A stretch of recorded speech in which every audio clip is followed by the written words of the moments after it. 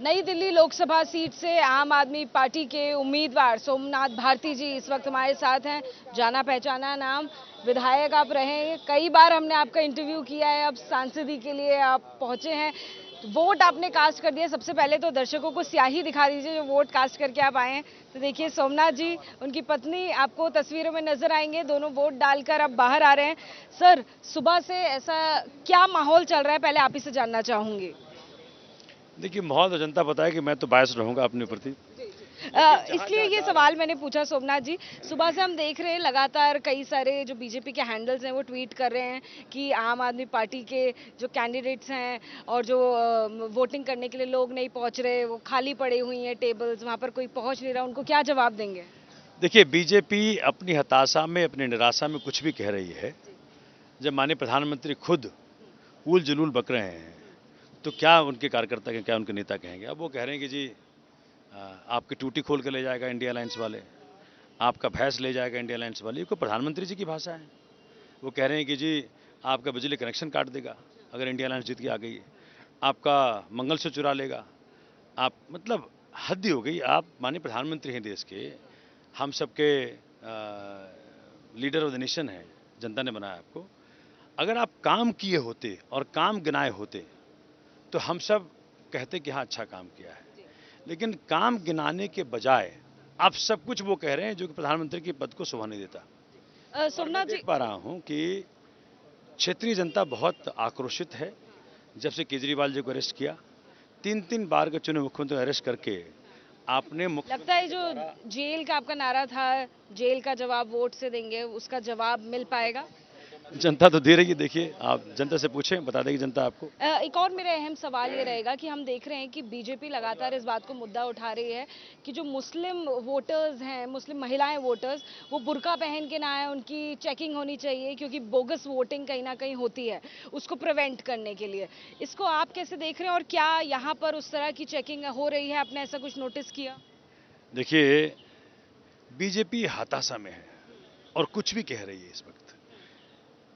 अभी मैं देख के आया हूँ मालवीय नगर के कई सारे पोलिंग स्टेशंस पे बीजेपी का पोलिंग एजेंट अपने प्रत्याशी का पर्चा लेके बैठा हुआ है। ठीक है, जब मैं उस मुद्दे को उठाया हूँ तो हड़कंप मचा है।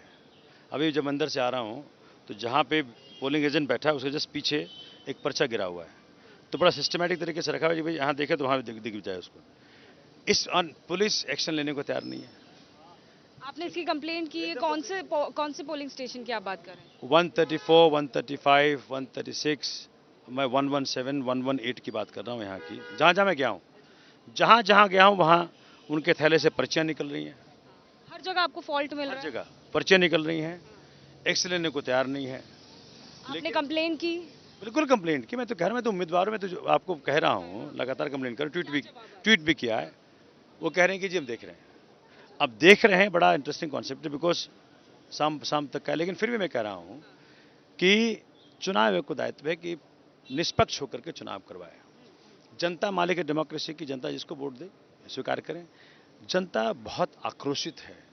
जनता इस बार खाता खुलेगा दिल्ली में आम आदमी पार्टी का, क्योंकि गठबंधन भी है, कांग्रेस भी साथ में है, सबका समर्थन मिल पाएगा आम लोगों का? इस बार बीजेपी खाता बंद होगा, बंद हो जाएगा? साथ के साथ गवाएगी बीजेपी अपने कर्म से, अपनी करनी से। क्योंकि भाजपा के सातों सांसदों ने 10 साल में कोई काम नहीं किया।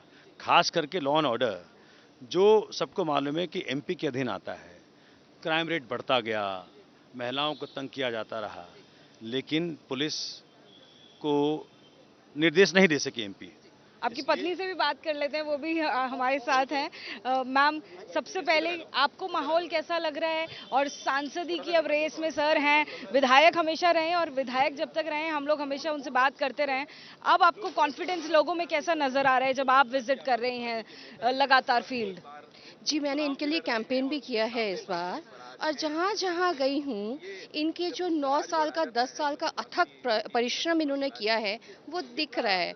लोगों को यहाँ पे हर कोई इनको जानता है, सारे लोग हमें अपना परिवार का हिस्सा मानते हैं, तो उनको तो लग रहा है उनके घर से उनका बेटा, उनका भाई सांसद जा रहा है उनके मुद्दों को उठाने के लिए।